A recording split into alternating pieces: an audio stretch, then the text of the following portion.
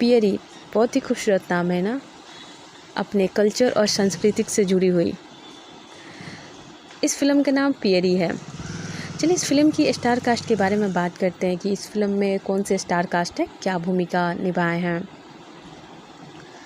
कौन से lead role में हैं, कौन से एक्टर पे इस फिल्म को फिल्माया गया है, कौन सी कहानी है, क्या कहानी है। तो चलिए इस फिल्म की डिटेलिंग करते हैं। इस फिल्म की डिटेल्स हम बताते हैं कि इस फिल्म में क्या है, क्या कहानी है इस फिल्म की। तो इस फिल्म के स्टार कास्ट की बात करें तो इस फिल्म में अमरपाली दुबे जी, लाडो मदेसिया लीड रोल में है और इन्हीं दोनों पे इस फिल्म को फिल्माया गया है। और स्टार कास्ट और भी स्टार कास्ट हैं जिनका नाम ये है: अमित शुक्ला, अवधेश मिश्रा, अनीता रावत, साहिल सिद्दीकी, ज्योति मिश्रा, निशा तिवारी और अनु ओझा। तो ये थी इस फिल्म की स्टार कास्ट। इस फिल्म की कंसेप्ट की बात करें तो इस फिल्म को कंसेप्ट जिन्होंने दिया है उनका नाम है संदीप सिंह। और इस फिल्म को जिन्होंने डायरेक्ट किया है उन डायरेक्टर का नाम है इश्तियाक शेख बंटी। आप सभी को पता ही होगा इश्तियाक शेख बंटी फ़िलहाल अभी कितने ट्रेंडिंग में है, इन्होंने कितने हिट पे हिट मूवी दिए जा रहे हैं। इनकी मूवी जो इनके नाम से ही हिट हो रही है, जो इश्तियाक शेख बंटी जी हैं। इस फिल्म की राइटर की बात करें तो अरविंद तिवारी जी हैं और इस फिल्म की म्यूज़िक डायरेक्टर की बात करें तो ओम झा हैं। इस फिल्म की लिरिक्स की बात करें तो अरविंद तिवारी है और इस फिल्म को जिन्होंने एडिट किया है उस एडिटर का नाम है प्रीतम नायक। इस फिल्म के कोरियोग्राफर का नाम है कानू मुखर्जी सोनू प्रीतम। मतलब इस फिल्म में जो डांस हुई है, जिन्होंने इस फिल्म में डांस सिखाया है उस कोरियोग्राफर का नाम है कानू मुखर्जी, जो कि बहुत अच्छे कोरियोग्राफर हैं और आप सभी को पता ही होगा। इस फिल्म के आर्ट डायरेक्टर की बात करें तो शिवा जायसवाल जी हैं और इस फिल्म की पोस्ट प्रोडक्शन की बात करें तो प्रीत स्टूडियो के द्वारा इसको रिलीज़ किया जाएगा। इस फिल्म की जिन्होंने म्यूजिक दिया है, जिस कंपनी से इस म्यूजिक को रिलीज़ किया गया है उसका नाम है EVY म्यूजिक। और ये थी इस फिल्म की कुछ मुख्य जानकारी। ये थे स्टार कास्ट के नाम जिन्होंने इस फिल्म में काम किया है, जो सपोर्टिंग रोल में है, जो इस फिल्म को सपोर्ट किए हैं, वो सभी का ये नाम था। चलिए इस फिल्म की कहानी की बात करते हैं कि इस फिल्म की क्या स्टोरी है और इस फिल्म में क्या दिखाया गया है, किस तरह की इस फिल्म को बनाया गया है, इस फिल्म से समाज में क्या संदेश जाता है। तो स्टार्ट करते हैं इस फिल्म की कहानी। इस फिल्म का नाम, जैसे कि हमने आपको पहले बताया, इस फिल्म का नाम पियरी है। पियरी जैसे कि गांव में शादी ब्याह होता है तो उसके हम लोग कहते हैं ना कि उसको पियरी चढ़ेगा। तो बस यही इस फिल्म का थीम यही है कि गांव की शादी समारोह को दिखाया गया है और इस मूवी की थीम यही है कि ये दहेज को लेके इस फिल्म को बनाया गया है। मेन चीज़ यही है कि इस फिल्म में दहेज के ऊपर काम किया गया है और दहेज कैसे समाज में दहेज प्रथा को कैसे बंद किया जा सकता है और दहेज के कारण हमारी समाज की बेटियां कैसे प्रताड़ित हो रही हैं, इस फिल्म में यही दिखाया गया है। तो चलिए शुरू करते हैं इस फिल्म की कहानी। ये फिल्म एक ऐसी लड़की की होती है जिसके माता पिता इस दुनिया में नहीं होते हैं और वो लड़की होती है अमरपाली दुबे जी, क्योंकि वो लीड रोल में है तो इसीलिए ये फिल्म उन्हीं पे बनाया गया, अमरपाली दुबे पे। तो वो ऐसी लड़की होती हैं, गरीब घर की लड़की होती हैं, पर इस दुनिया में उनके माता पिता नहीं होते हैं, वो बिल्कुल अकेली होती हैं। बचपन में ही उनकी माँ बाप गुजर जाते हैं। तो जो वो अमरपाली जी होती हैं, उनकी देखभाल, उनकी परवरिश जो होते हैं उनके चाचा और चाची करते हैं। तो उनके जो चाचा होते हैं उन्हें बहुत मानते हैं, अमरपाली को अपनी बेटी की तरह मानते हैं। लेकिन जो उनकी चाची होती है वो थोड़ी सी कड़ी होती है, लेकिन वो भी उनको प्यार करती है। चाची भी ठीक ही ठाक रहती हैं। तो जो उनके माँ बाप की जो कमी होती है वो चाचा चाची द्वारा उनका पूरा होता है। तो अमरपाली जी जो होती हैं, यानी जो वो अपने चाचा चाची से बहुत प्यार करती हैं, क्योंकि माता पिता के जानने के बाद उन्होंने ही उनको पढ़ाया लिखाया और जो कुछ भी किया, तो इसीलिए उनका वो बहुत सम्मान करती हैं।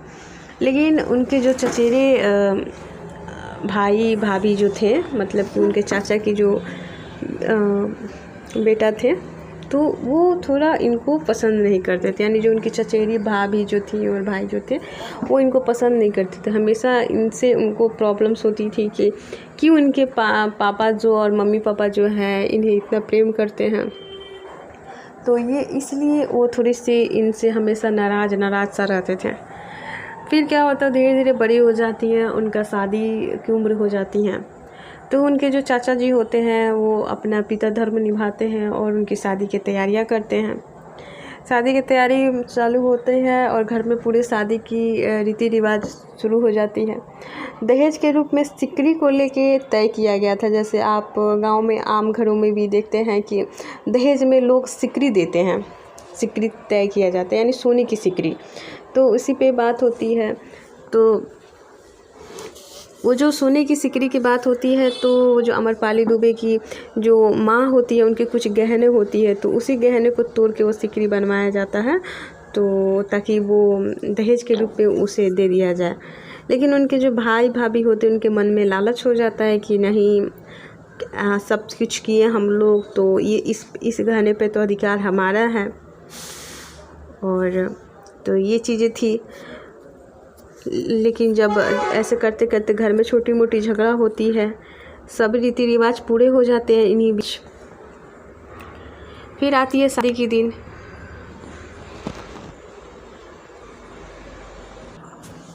फिर उनकी शादी के दिन आती है। फिर शादी के दिन उन्हें पता चलता है कि उनकी जो चचेरा जो भाई हैं उनके चाचा जी को मना करते हैं, यानी वो अपने पिताजी को मना करते हैं कि आप इसके कन्यादान नहीं दो, कन्यादान देने से और भी खर्च बढ़ेगा।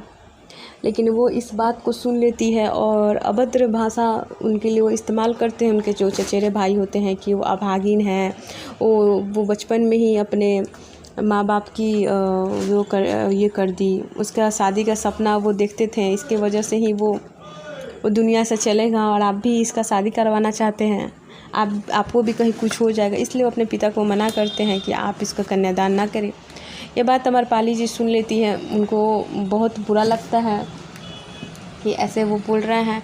शादी के दिन जब आता है तो वो मंडप में बैठती हैं, तो जब उनके चाचा कन्यादान के लिए आते हैं तो वो मना करते हैं कि आप हमारा कन्यादान नहीं दो।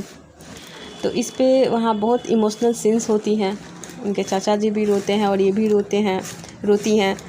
लेकिन फिर भी करते करते मतलब जो भी होता है वो मना लेते हैं चाचा जी कि ऐसा कुछ नहीं है, हम तुमको अपना बेटी माने, अगर बेटी माने हैं तो कन्यादान नहीं हुआ तो फिर बेटी धर्म हम अपने पिता धर्म को कैसे निभाएंगे।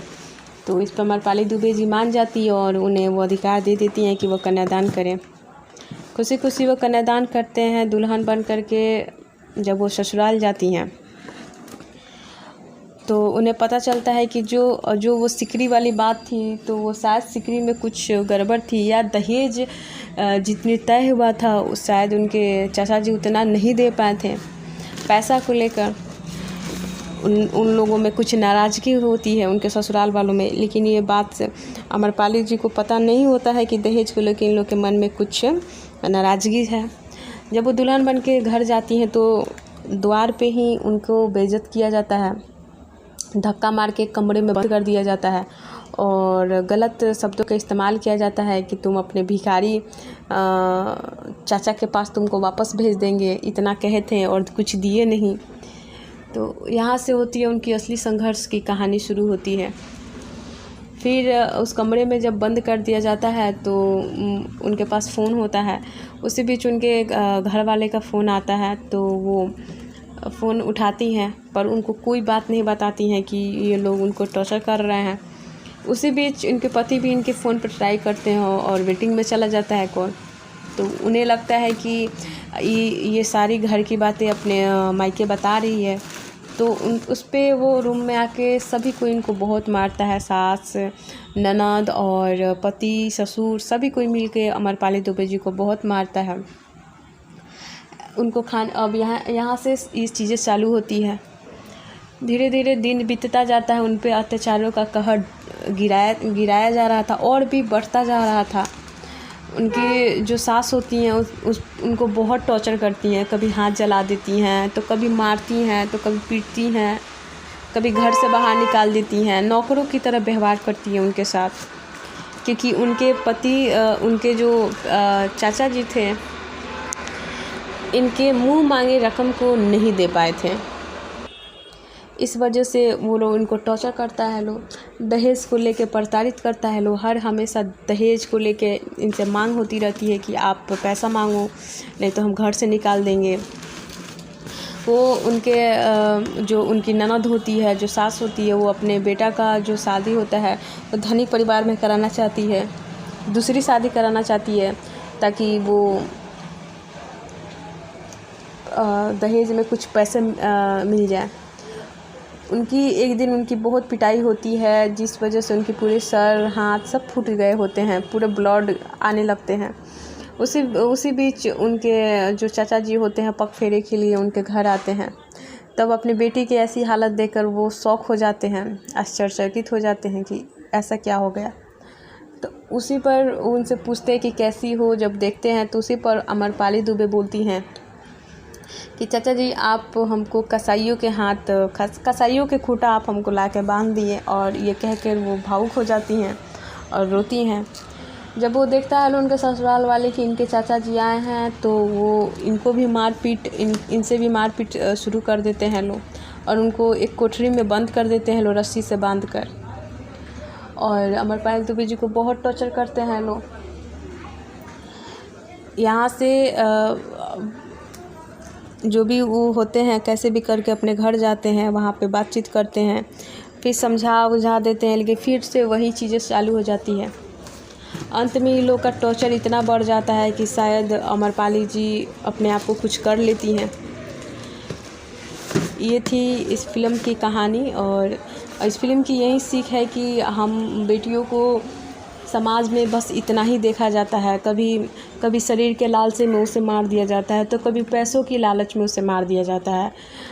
तो ये कहानी थी कि बेटियों की अस्तित्व इतना ही समाज में रखा गया है कि कभी उनके शरीर को लेकर उनको जिंदा मार दिया जाता है, तो कभी पैसों को लेकर, जबकि बेटियों की इसमें कोई गलती नहीं होती। तो ये थी इस फिल्म की कहानी।